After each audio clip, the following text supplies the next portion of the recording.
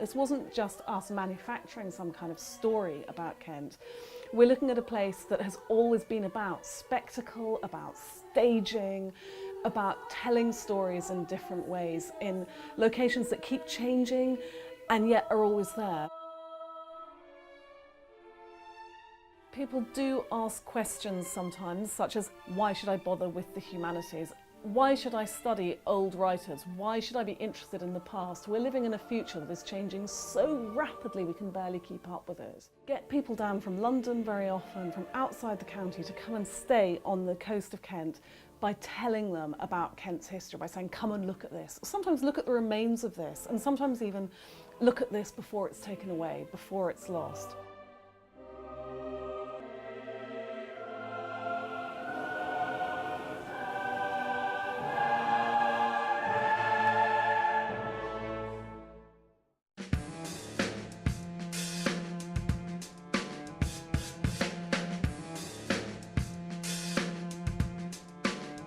Our exhibition, that was actually curated by a local sixth form student, is on the Belgian refugee presence in Folkestone during World War I.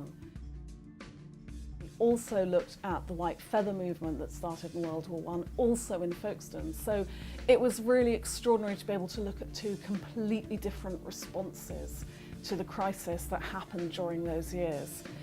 And there are pictures in local archives and libraries, in private collections, of soldiers walking along the Leas on their way to the Western Front.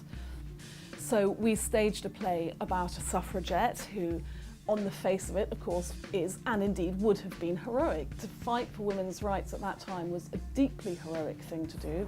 We women fought for men to hear our voices. 18 and to be handed a white feather by an attractive young woman in public must be humiliating. We were showing those who had stood against us what it feels like to be shamed for believing in something that other people don't. Our sympathies were shifting so rapidly, and one of the most difficult moments was right at the end when the boys all line up and say, what would you do? Thank you so much.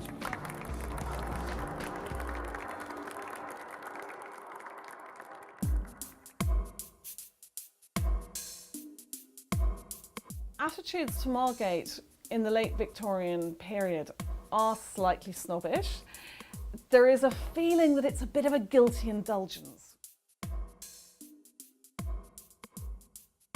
And we know that Dreamland has often been associated with young people. So we talked about Victorian leisure and Victorian boredom. What did people do before they had smartphones to play around on, smartphones to get bored of?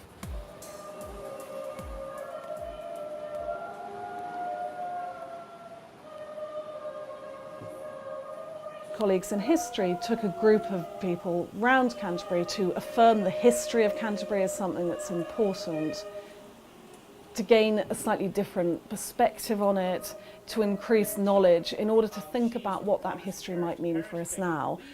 Eventually, her children die of exposure and starvation.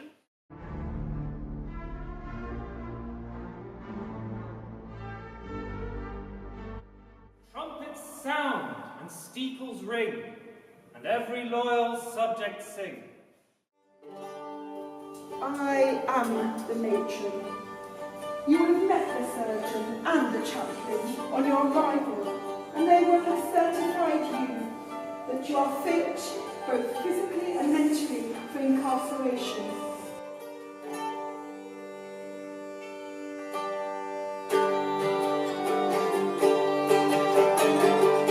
In our prison events, again, we wanted to tell a different story in a difficult place, accompanied by music from Grimalkin, who sang historic songs.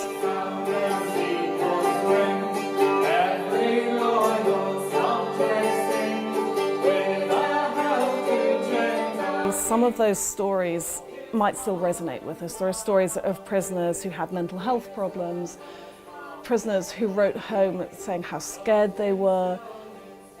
People were put in the Canterbury prison who were then executed And we wanted to think about what that might mean.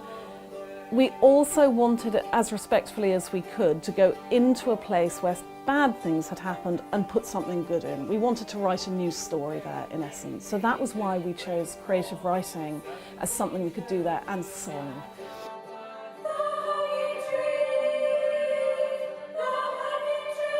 Which actually reverberated in a really extraordinary way in what is a difficult space. So acoustically it was rather wonderful to hear the words, to hear the music bouncing off the walls.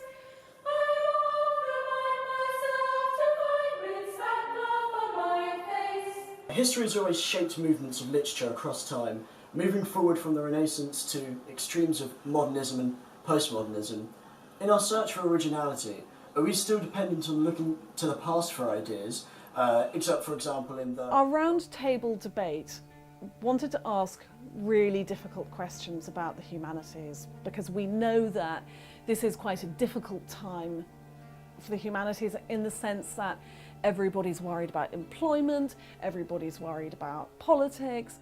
At the age of 13, 14, you're supposed to decide, you know, am I a scientist or many adaptations barely resemble the original, but why has the creature so frequently been possibility of really doing anything genuinely original, that we're only really recreating different... But a lot of the Victorian novelists, of course, were doctors, they were chemists, they were scientists.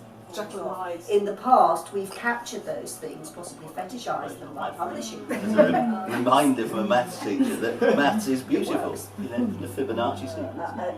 A darn good scaring in a silent movie from onwards. When we talk about the crisis in anxiety or mental health, that's something that's very familiar to the Victorians, actually, who saw themselves increasingly as living in a time of real instability where people couldn't keep up, sometimes couldn't cope. We have thought during this week about everything from medieval pilgrimage to young men going from Folkestone out to the Western Front. We've thought about imprisonment, we've thought about vagrancy, we've thought about some of the questions that are actually very, very difficult, sometimes even to talk about, let alone to debate or. And bringing music into extraordinary places where we might not expect to find it, I think has helped all of us who were involved to see things in a slightly different way. Being in a place and learning more about its history can teach us something very, very real about our own identity.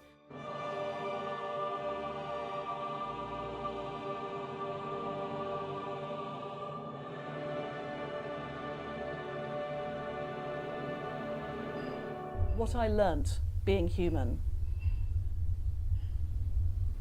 That the courage of my father in war, coming from his daughter, is never believed.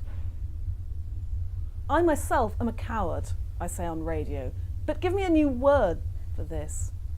And no one does. The suffragette is distinctly heard saying, "Everyone see my pants!" as she climbs over a railing. Boys in civvies have been drilled in heckling. The Canterbury prison still is cold in winter.